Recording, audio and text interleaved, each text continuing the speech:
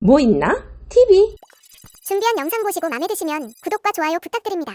세상에 어떤 이슈들이 있는지 모아서 전해드리는 뭐있나 TV입니다. 일본 현대 비즈니스지의 지난 3월에 이어 9월에 연재된 왜 J-팝은 K-팝에 이길 수 없는 것인가와 K-팝 일본판 녹차 티라테 될까라는 기사를 소개해보겠습니다. 왜 J-팝은 K-팝에 이길 수 없는 것인가라는 기사에서 K-팝의 성공 요인을 다음과 같이 분석했습니다. 한국은 일본의 절반 이하의 인구를 가진 나라로 국내 시장이 적기에 일찍이 해외 시장에 진출하였고 일본은 그들에게 큰 시장이었다. K-팝은 유튜브에 뮤직비디오를 고화질로 전달하는 것을 매우 일찍부터 시작하였다. 유튜브 서비스가 시작된 것은 2006년, 본격화된 것은 2000년대 후반부이다. K-팝은 여기에 잘 적응해왔다. 그러나 J-팝은 그렇지 못했다. 이 배경에는 한국이 세계에서 가장 인터넷이 빠른 나라라는 것이 큰 부분을 차지했을 것이다. 거기에서 2014년에 가수 싸이가 강남스타일로 세계적인 히트를 칠 수 있었다. 또 다른 J-팝의 부진 요인으로는 일본의 음악업계와 음악계 연예 기획사가 둔감했기 때문이다. 인터넷 시대임에도 불구하고 기득권을 지키기 위해 CD 판매와 지상파 TV를 축으로 하는 20세기형 비즈니스 모델을 무턱대고 계속한 결과이다라고 지적했습니다. K-팝 일본판 녹차 티라테 될까의 기사를 살펴보면 우선 일본 내 진출한 K-팝의 역사를 소개했는데요. 일본 음반 시장에 진출의 효시가 된 것은 보아와 동방신기였다. 이때만 해도 한국 음악에 일본어 가사를 얻는다는 느낌이었다. 사실 보아가 한국인인 걸 모르는 일본인도 많았다. K-팝이 일본에 완전히 정착 단계에 들어간 것은 2010년경에 카라와 소녀시대가 일본에 왔을 때로 그들의 음악은 완전히 서양 음악풍이었고 그것이 일본인들에게 몹시 신선하게 느껴졌다. 2012년 독도 문제로 한일 간의 관계가 껄끄러웠을 때도 인터넷을 통해 K-팝 인기는 계속되었다. 싸이 강남 스타일이 세계적으로 데이트되어 미국 빌보드 차트 핫백에서 7주 연속 2위가 되었을 당시 이 곡은 유튜브를 통해 일본의 EDM을 전하는 중요한 역할을 했다. 2015년 이후에는 새로운 K-팝 인기 전성기라고 할 수 있다. 이 시기 스마트폰과 SNS 플러스 스트리밍 서비스의 확대는 음악 수용의 스타일을 크게 바꾸었다. 현재 글로벌 시장에 진출한 K-팝을 상징하는 K-팝 그룹은 BTS, 트와이스, 블랙핑크 등이다. 특히 트와이스에는 일본 출신의 멤버도 3명 포함되어 있다. 또한 AKB48 출신 주리는 일본에서 충분한 인기를 얻고 있었지만 그녀는 한국에서 그녀의 미래를 보고 한국으로 진출한 것이다. 데뷔한 지 얼마 안 된 남성 12인조 그룹 트레저에도 일본 출신이 4명이 있다.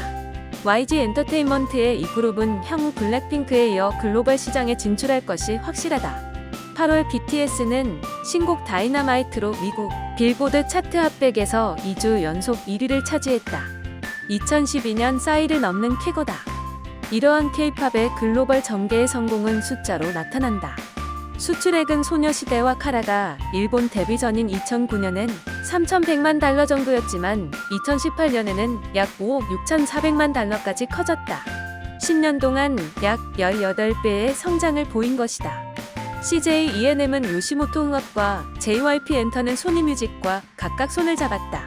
그것은 일본의 음악 시장에 대한 배려이며 전략이다. 동시에 요시모토 흥업과 소니뮤직에게는 K-팝의 노하우를 얻을 수 있는 기회이다. 지금까지의 K-팝은 일본 내의 지역화, 즉 J-팝화하는 것이 중심이었으나 지금부터는 일본에서 멤버를 모아 일본에서의 활동을 최대의 목표로 하고 있다. JYP 엔터테인먼트의 박진영은 그의 일본에서의 프로젝트를 일본의 인재를 발굴하고 가르치고 우리가 가지고 있는 K-팝과 융합시키는 즉 로컬 프로덕션은 현지 생산이다라고 밝혔다. 지금까지의 지역화에서 한 걸음 더 나아가 제작 기법과 기술은 K-팝에서 수출하지만 인재는 현지에서 발굴하고 시장도 현지를 중심으로 한다는 것이다.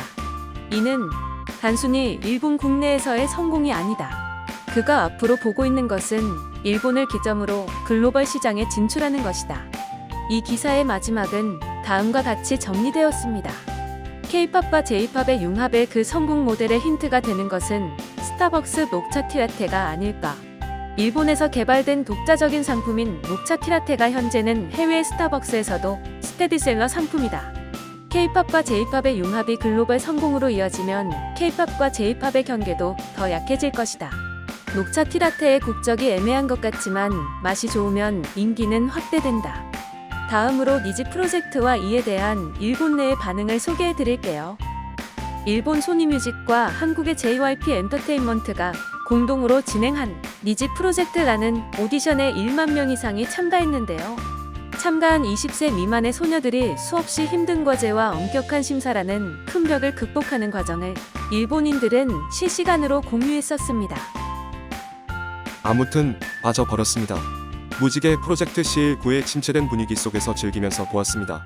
심심풀이로 보기 시작해서 너무 재미있어서 멈추지 않고 정신없이 전부 보았습니다.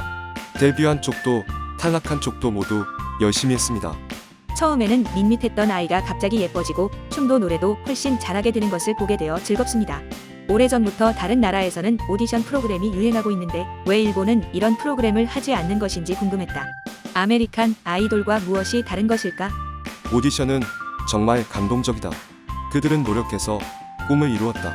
탈락자에 대한 배려가 있어 매번 좋은 것을 봤다는 상쾌감이 있었습니다.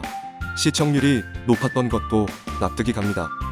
지금까지 세상에 어떤 이슈들이 있는지 모아서 전해드리는 모인나TV였습니다. 영상이 마음에 드셨다면 구독과 좋아요 클릭 부탁드립니다. 감사합니다.